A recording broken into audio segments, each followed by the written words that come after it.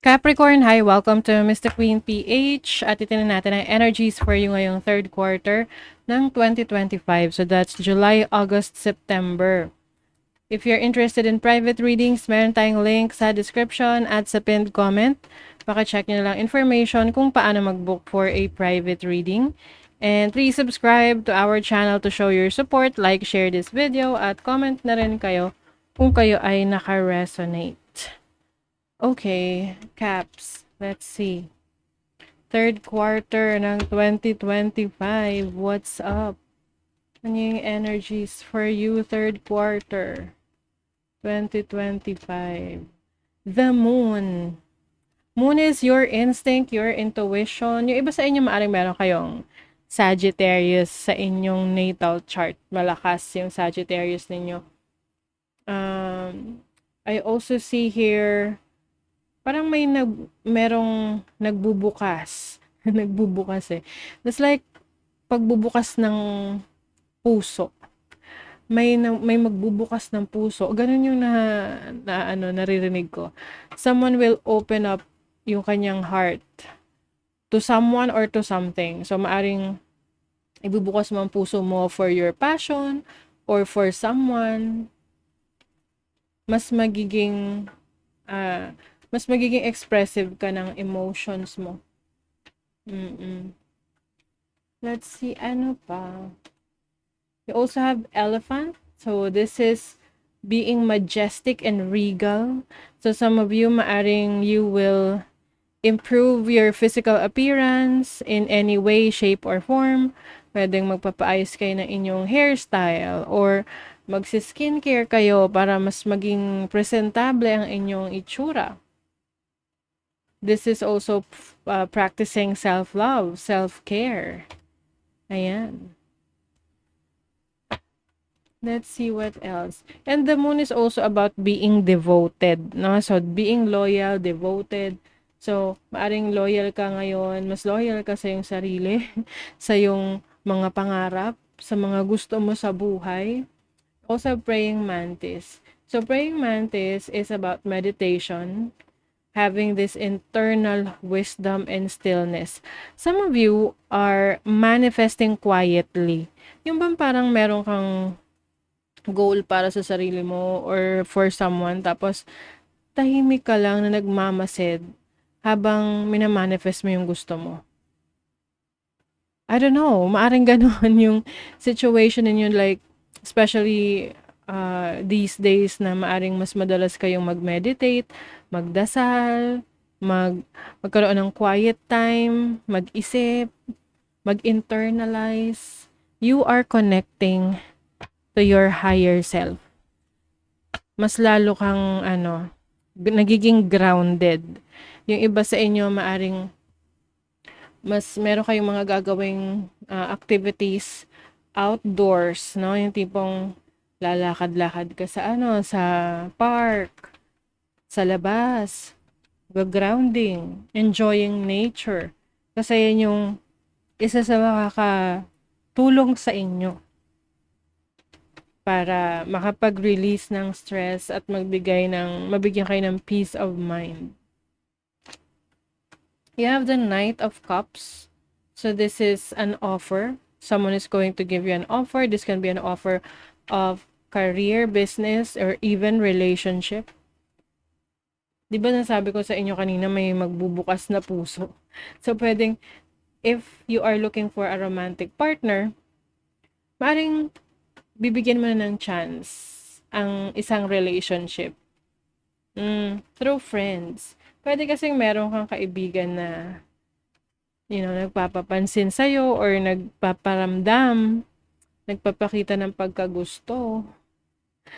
Oo. You have the Five of Swords. So, this is about betrayal. Okay? So, medyo mag-ingat. Mag-ingat sa mga makikilala mo. Biglang ganun may offer, tapos biglang mag-ingat. Oo, kasi pwede kasi yung yung tipong akala mo siya na, tapos hindi pa pala. Marami palang mga itinatago sa'yo. This can also mean pag-iingat pagdating sa partnership or business na papasukin mo, lalo na kung ito ay ino-offer talaga sa'yo. You have the Two of Pentacles, which is being busy. So, marami kang gagawin. I think, kumbaga itong sa, third quarter is time for you na mag-generate ng more income. Sobrang busy. You have the Tower. Ooh. Merong, yung iba sa inyo, you're going to let go of something. Lalo na sa trabaho or source of income that you feel is hindi na hindi na nagre-resonate sa'yo or parang feeling mo tama na, hindi ka na mag-i-invest doon. Kasi yung iba sa inyo may pinag-aaralan kayo ngayon. Kumbaga nire-reassess niyo yung situation. If it's enough, kung sapat na ba yung kung ano yung meron ka, kung ano yung dapat mong baguhin, alisin kung kinakailangan para mas maging align ka sa gusto mo. Tignan natin yung money, career, finances for Capricorn. Ooh, the Sun. There's good news pagdating sa career, sa finances. This is having fun. So, maaring meron kang extra, no, na pera, na resources to have fun, to go on vacation, go out with your family. This is also good news pagdating sa business, no, sa trabaho ninyo, sa career ninyo. And also confidence din to. So, confidence ay magiging susi. Pagiging confident nyo ay magiging susi sa tagumpay ng inyong career or ng inyong finances. Na this is also about commitment. So, kung committed ka sa trabaho, career, business, finances mo, financial goals mo, then definitely, magiging masaya ka sa resulta niyan. Sa relationship, you have the High Priestess. So, I feel like there is something that you need to know or to learn about a person that you are dealing with. Lalo na kung hindi pa kayo masyadong nagkakaroon ng time to, get to know each other, ganyan. So, make sure that this person is kinikilala mo talaga. Like, deeply. You have Mercury in Libra in the 7th house. There is someone in your life na malaki ang impluwensya sa'yo. Yung payo niya, yung mga sinasabi niya, yung mga opinion niya, na yun yung kinoconsider mo. So, be very careful sa mga taong hahayaan mong maimpluwensyahan ka.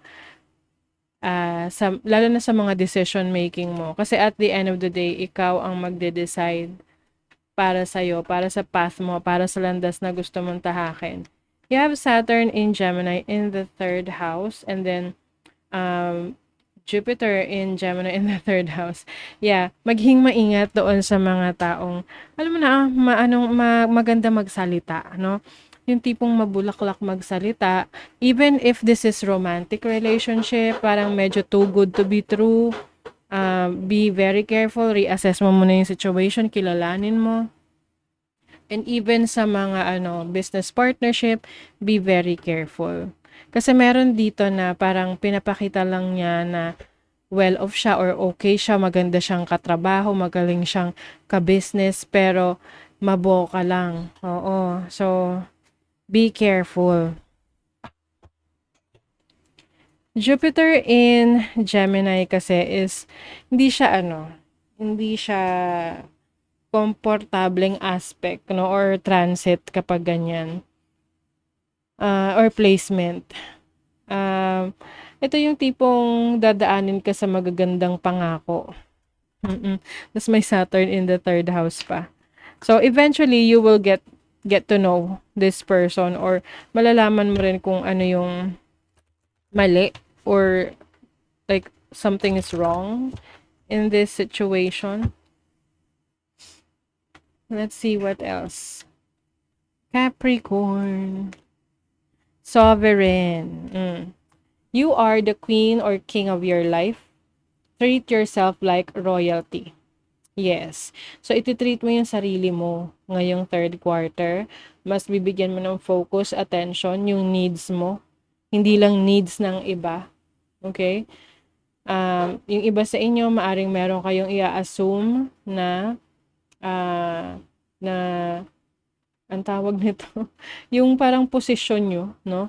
Can be, maaring kayo ay magiging OIC sa trabaho or meron kang reward or award na marireceive because you have this kind of parang ano parang binindisyonan ka ganun or yung tipong meron kang leadership role na i-assume ngayong third quarter ng 2025. Okay?